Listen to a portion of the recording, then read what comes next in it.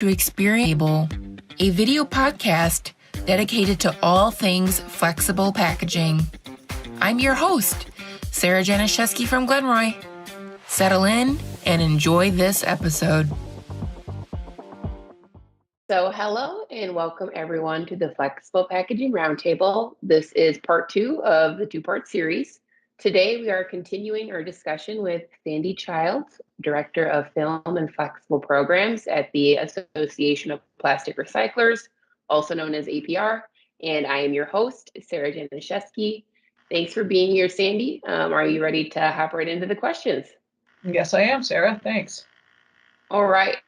So to start, what does monomaterial mean? And from a brand perspective, is it worth it to use a monomaterial like a store drop-off pouch? I'm really glad you asked that question because that really gets to the heart of APR's design guide for plastics recyclability. Because we understand that there are two things to think about when you're designing a plastic flexible package. And the first, and really a very important consideration, is it functional? If you're designing something that wants to protect the contents, protect some food, some pet food, whatever it might be, and keep the contents fresh, sometimes it makes sense to use different polymers. And so a multi-material pouch, for example, for a moist dog treat or granola might give great performance. But the other thing to think about is the recyclability of that package once it's empty. And if you do use a mixture of polymers or a multi-material pouch, you could be compromising the recyclability of that package. So that's always going to be the, I guess, a bit of a conflict there. But we're learning at APR through the work that our members are doing that in many cases you can use a simple mono-material pouch and still build in the barriers or the whatever the factors are to protect the contents. So our design guide speaks to a mono-material, which is polyethylene, for pouch or flexible packaging. But we also recognize that polyethylene is a really great material because it's almost infinitely customizable. And we recognize, therefore, in our design guide that a package that's 90% or more polyethylene, so 90% or more by weight of that mono material, is the best design package. But in that 90%, you can include certain copolymers or certain types of modified polyethylenes that might give a barrier property or some product protection, but there's still enough of a polyethylene content in that copolymer that it can still be considered a monomaterial. And we have guidance on certain ionomers. We've looked at EVA and other ethylene copolymers that are fine. So they don't render the package non-recyclable because they're there. So that's what we're working with our members to really promote in terms of technical innovation. How can that monomaterial polyethylene package be enhanced or modified or designed using new technology to still give the functional performance and yet be compatible with recycling? There are certain blends or combinations of polymers, however, that do render that polyethylene package non-recyclable. For example, if you bond polyethylene to PET or polyester, it can't be separated. Once you bond a film package, a couple of polymers together with a laminating adhesive or whatever the bonding might occur, you can't separate them. So that renders the package non-recyclable. Also, too much polypropylene in a polyethylene pouch or bonded to a polyethylene package can interfere with the recyclability as well. So to sum it up, at APR, we encourage monomaterial polyethylene as a starting point. And the simpler the package, the better. And we're constantly working on design guidance for new polyethylene material constructions. And our converter partners and our recycler members work together to make sure that we still promote innovation in the package industry, which is incredibly important, but we also work on keeping the packages innovative and simple and fully recyclable. Right. And you started to touch on it there, but would you like to add anything else around, what the benefits of using monomaterials are for brands and consumers? Well, for sustainability goals, the more recyclable packages are, the better. So a monomaterial package will always go to the top of the line or the head of the line when it comes to being evaluated for recyclability. But we also provide a number of testing protocols where new technologies can be tested and measured against performance thresholds to make sure that they're also fully recyclable. So I think the benefit is that you get that consumer acceptance. I saw a recent data where at least 25% of consumers are aware of the importance of designing a package to be recyclable, or aware, they don't know the details obviously, but if they know that something is recyclable, they're happy. So I think that's a huge benefit to brands, is being able to tell that story. But also it can be less expensive to use a monomaterial package. And if you start looking forward, where at some point there will be food grade recycled content available that's made from film, essentially brands are going to be buying what they put in the marketplace. So it comes full circle.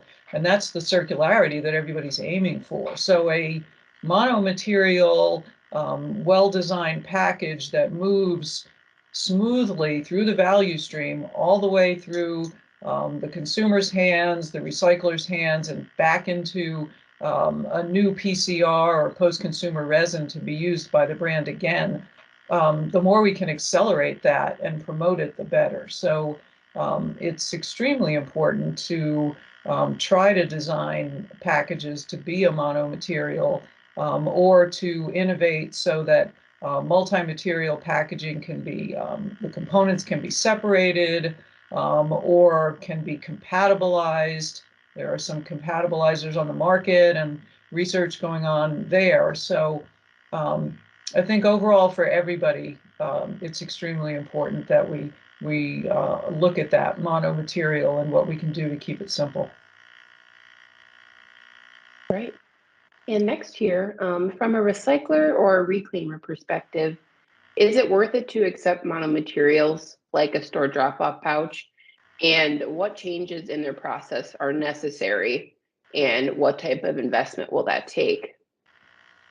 That's a really interesting, I guess, evolution of our industry, because store drop-off material has historically pretty much all gone into composite lumber, which is great. I mean, composite lumber is a great product. People make decks out of it and piers, and it's really an awesome product. But there's more and more investment going on in circularity for film packaging, which means that companies want to take the film package or the flexible package and recycle it back into another bag or another pouch and make it more circular. And the monomaterial is important here because it's a very thin margin industry and it's only starting to really take off. So we have many recycling members who are making investments in washing systems, in sortation, to see if more and more of that store drop-off material can be made back into new packaging and just adding to the market capacity, not taking anything away from composite lumber, but adding to the market capacity with more circular packaging, where a store drop-off pouch can go through a recycling facility and be made into a PCR that's food grade and good enough to go back into another pouch. Now, right now, there is no food grade material available for that sort of circularity. The FDA has not issued any letters of non-objection for that circularity in film because there's just not enough information available yet on how the material is washed or what's mixed together when you look at the stream. And the non-objection letters for things like PET, they've been going on for 20, 25 years, so they just have a lot more experience. But at APR, we're encouraging that sort of market investment just to expand the number of end uses for that material. So currently, store drop-off material definitely has a robust market back into composite lumber or more and more into things like Gaylord liner film, into trash bags, into construction film, furniture wrap. There's boat wrap now being made of recycled store drop-off material, probably mixed with a lot of stretch wrap too, but it's a really important stream for the recyclers because more and more packaging is moving in the direction out of rigid containers into more flexible packaging. So it's just part of the continuum of innovation to make sure that that store drop-off material continues to have value so that the stores continue to keep recycling it. They keep taking it from customers, and then the customers can know that, yes, those bags and bread wrappers and pouches that I put in that bin are definitely going to get recycled into a good product. Okay. And next year, is there any government legislation that can potentially have a positive impact on the recycling industry and could help expand the type of materials that can be accepted and recycled?